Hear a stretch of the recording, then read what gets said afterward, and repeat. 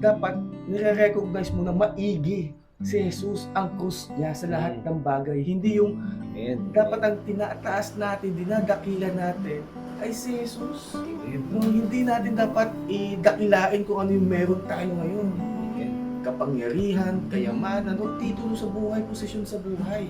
Ano, lahat naman ng yan ay galing sa ating Panginoon. Amen. So dapat ang gino-glorify natin ay ang Panginoong Jesus natin, yung krus niya. Ano, kasi ang buhay natin ay limitado.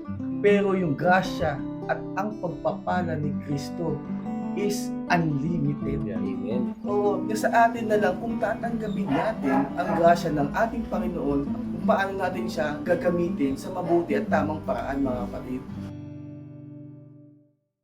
Peace be with you. I'm Brother Jet. I'm Mark. I'm Fernan. Please like share and subscribe. Usapang Tinapay.